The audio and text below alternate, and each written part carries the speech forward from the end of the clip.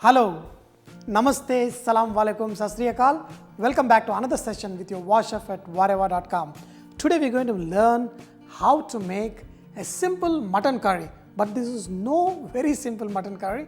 What I mean is, this is railway mutton curry. In India, if you go to south of India, they have a style of making mutton curry. Same is you go to north, east, west. But today, we're going to east of India and we're going to make the railway mutton curry, how they make it there. This is a very, very old recipe and they have been following this recipe for more than 50-60 years. So, the recipe involves use of whole spices. So, we're going to make this with mustard oil. Okay, I'm going to add some mustard oil in the pan. This is little less than what I wanted, but I think that's okay. In this, we're going to add some red chilies, whole garam masala.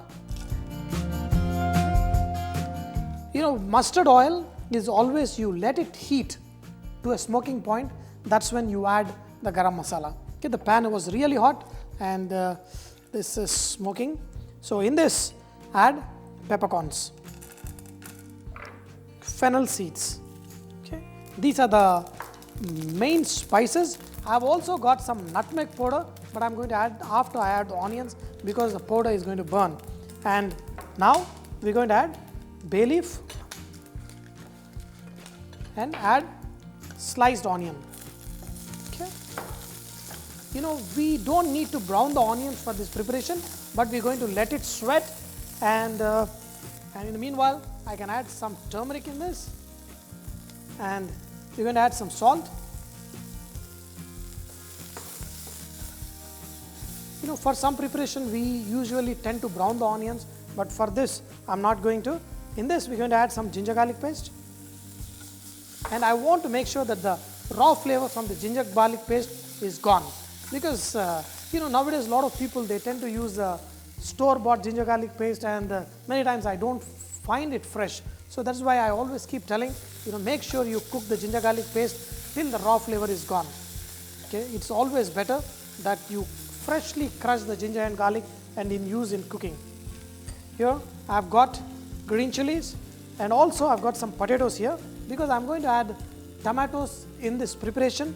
First I'm going to let this potatoes cook, and also because I'm going to add tomatoes in this, I pre-boiled the mutton and I'm going to use this water along with these potatoes to let it cook.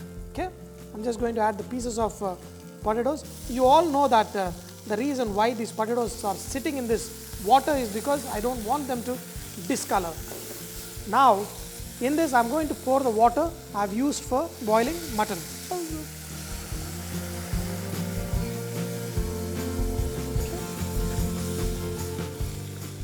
That's it. And I'm going to put the lid on and let it cook till these potatoes are almost 70% cooked. That's when I'm going to add the mutton and the tomatoes. After around 20 minutes, you know, most of the water is almost evaporating here. But now we're going to add some cumin powder, chili powder, as much as you want, and nutmeg powder. Okay, these three, because the nutmeg powder along with the mustard oil sometimes give a very nice flavor, and especially because we are adding potatoes and mutton, that's something you can add. In this also I'm going to add this mutton pieces, and I think I need to add more water because I want to make it a little bit gravy. And also because now the potatoes and the mutton is cooked, now I can add tomatoes. Otherwise, you know, it will take more time to cook if I add these tomatoes before. Okay. Now it's very, very simple. After you add that, we're going to put the lid on and we're going to let it cook for another 10 minutes. After around another 15 minutes of cooking, all the tomatoes will form into a nice gravy. Wow, it's already looking like this railway mutton curry. The potatoes still need to be a little bit, okay, let me see. Yeah, they're cooked, Okay, now in this, we're going to add some vinegar, not too much, and also some tamarind.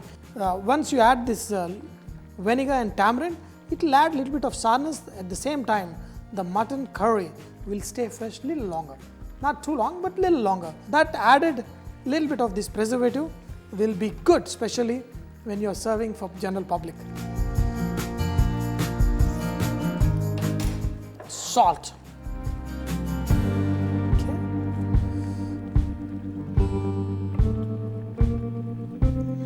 Last, finally, some chopped coriander. Usually I tend to add a little extra, and that's it.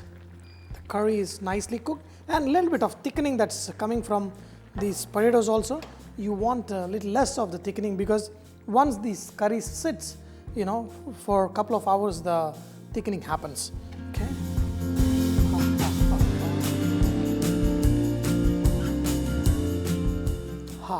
Nice aroma.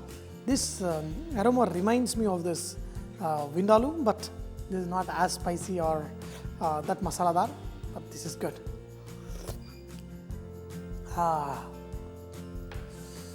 There's a good punch. I get a good feeling in the throat, and this is good. Dear friends, I hope you enjoyed today's session of learning how to make this RehVah mutton curry with your VahChef. But do not forget, VahRehVah is all about inspiring others to cook. So please post your recipes and cooking tips at vahrehvah.com so others can benefit from your great cooking. Thank you.